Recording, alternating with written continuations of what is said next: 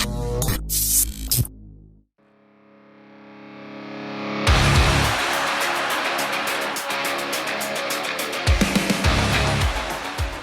guys, you're watching Overdrive and I am very, very pleased to welcome Serena from Svalbard with me this evening. Thanks for having me. It's a pleasure to be here. Not at all. Pleasure is absolutely mine. I was just telling you before we started about this absolutely incredible album that is due on the 6th of October, The Weight of the Mask, and I have some questions about it. And at what point did it really kind of start to come together and you could all collectively see the sort of landscape of what this album was going to be?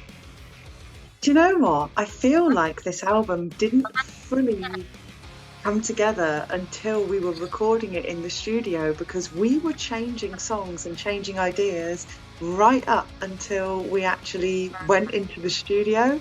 It's really, I think when you're in the middle of the writing process, it's really hard to reflect on it at the same time, and it only really hits you what you're creating afterwards, like once it's actually recorded and you can listen back, that's when you can really appreciate what it is you've made, because before that you're just kind of tunnel visioned in trying to make everything the best it can be and obsessing over every riff and every note and stuff. Obviously, you all must know how fantastic this album is, and critics are now coming back to you and telling you, but does it feel like it was a kind of pressurized feeling putting the whole album together, or did it actually feel quite cathartic in a way? I think at the start of the writing process, it was very daunting, and we put a lot of pressure on ourselves to create like the best album possible, and we really were like overthinking a lot of ideas, and kind of you had to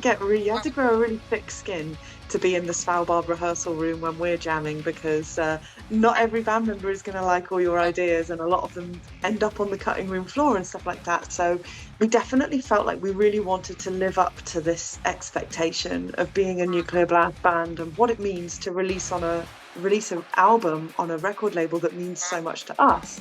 I mean, all my favourite bands are signed to Nuclear Blast, so even just to be able to see their logo on our record is absolutely crazy for me.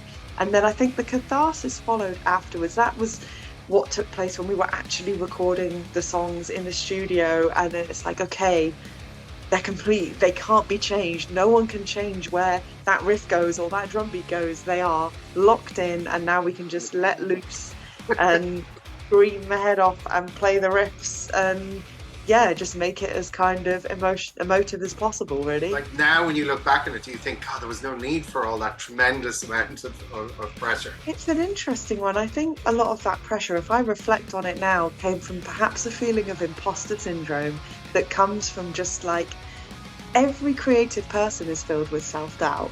And anytime you're putting music out there, like you don't assume that everyone's going to love it. So I feel like perhaps maybe at the start, to be suddenly signed to such a big label, we felt a little bit of imposter syndrome of, are we good enough? Do we deserve to be here? And that transformed into the pressure. But now, the next time around, when it comes to making the next album, I think we'll approach it very differently. Lyrically on this album, that was a big step for you, I think, from what I'm gathering. I want to say you use this album as a vehicle to really truly express yourself, and I think you creatively dived very, very deep on this. It sounds kind of a lot easier when you read that on paper. The reality of absolutely almost figuratively cutting yourself open and exposing how you feel about certain things, was that a really daunting and kind of anxious feeling that a decision that you had to make? Well, what's interesting is after we finished writing our third album, When I Die, Will I Get Better, which is also cuts quite deep lyrically, I promised myself after going through that process, I'm not going to do that the next time round. I'm going to hold back. I'm going to maybe be a bit more metaphorical. I'm not going to dive so deep. But in the end, that's kind of everything that I know. So, and I was experiencing a really bad time with depression when we were writing The Weight of the Mask. And I think depression is so all-consuming that it becomes difficult to write about anything else. I promised myself I wouldn't cut that deep, and then I ended up doing it. I ended up cutting even deeper, which,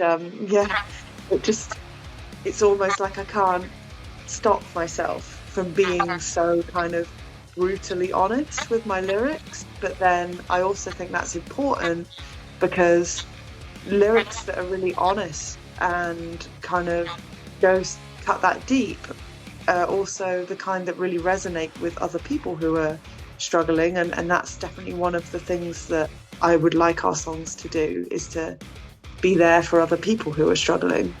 Of all the tracks on the album, what was kind of the most, when you look back on it now, what was the most sort of difficult for you? Oh, I mean, Lights Out went through many, many, many different iterations, trying to make those riffs blend together, trying to structure the song, everything about it. It didn't, sometimes songs just kind of effortlessly flow out, and the creative process, just there's no struggle in it. But then other times, piecing stuff together and trying to make ideas complement each other and trying to make them work is arduous and tricky, and especially the final bit of that song where it really builds up. We had a lot of issues trying to find the right tempo for that bit. Yeah, that song was probably the hardest one to write on this album. So, as I said at the start, like yourself and Liam writing melodies in London and tinkering around with things, and then you drive up to, again, just the mileage you must have covered up to Bristol with Matt and Mark, who would then, you'd put the additional parts together and you'd work out these tracks one by one. Would you go through that arduous back and forward distance thing again, or did you kind of say, when, oh fucking hell, I'm not doing that again, like we'll have to arrange a different kind of scenario, or would you still maintain that blueprint? I mean, the difficulty is there's not many other options. Some people living in Bristol, some people living in London, and us having the same studio space that we've had for a really long time in Bristol. I think we're definitely one of those bands that sort of, well, if that's the formula, we'll just kind of stick with it for how it works in terms of rehearsal. If we were to try and change it and meet in the middle somewhere, or have Matt and Mark come to London, it would be more expensive for them to come to London for a start. Rehearsal studios are more expensive here, and I think it would be a bit more arduous for them. Like, Liam and I are kind of used to it now. We're used to sitting in a van for ages or sitting in a car for ages. It's just, that's band life. I feel that this album is a huge creative milestone for Svalbard. Would it be right to assume that so many more creative doors opened between the four of you with this album, and almost kind of strengthened the connection of what you do together? I feel like our working relationship as four people creating music together is the strongest it's ever been after writing this album. I feel like we're a lot more receptive to each other's ideas, and I feel like we're much better at listening and critiquing and giving feedback, and we kind of understand how to approach each other about an idea now, which is a really nice space to be in, because it makes the creative process a lot more comfortable. So yeah, I'd definitely say we learnt a lot about each other writing these songs, and we learnt a lot about how not to piss each other off.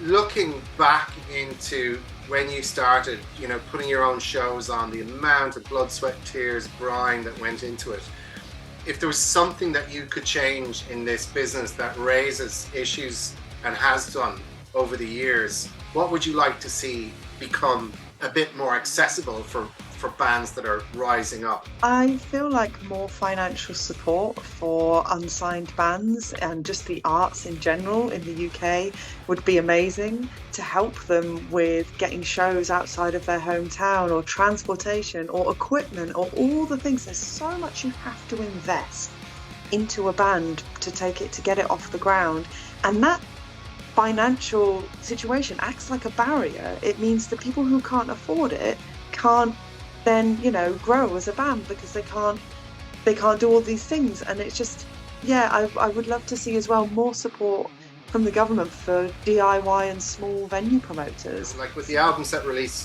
for release on October 6th, which is close to the end of the year, is there talk on the table for kind of extensive touring?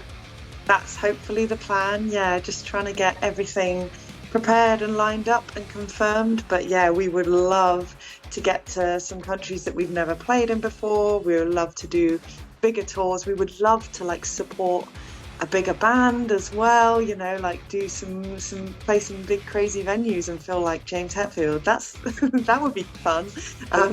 Yeah, get on some festivals hopefully we haven't played before as well, or revisit old ones which have always been really good to us. So hopefully we will be out on the road as much as possible next year to play these new songs live. Serena, listen, thank you so much for taking the time to speak to us here, and congratulations on this absolutely, utterly mesmerizing, captivating and incredible album.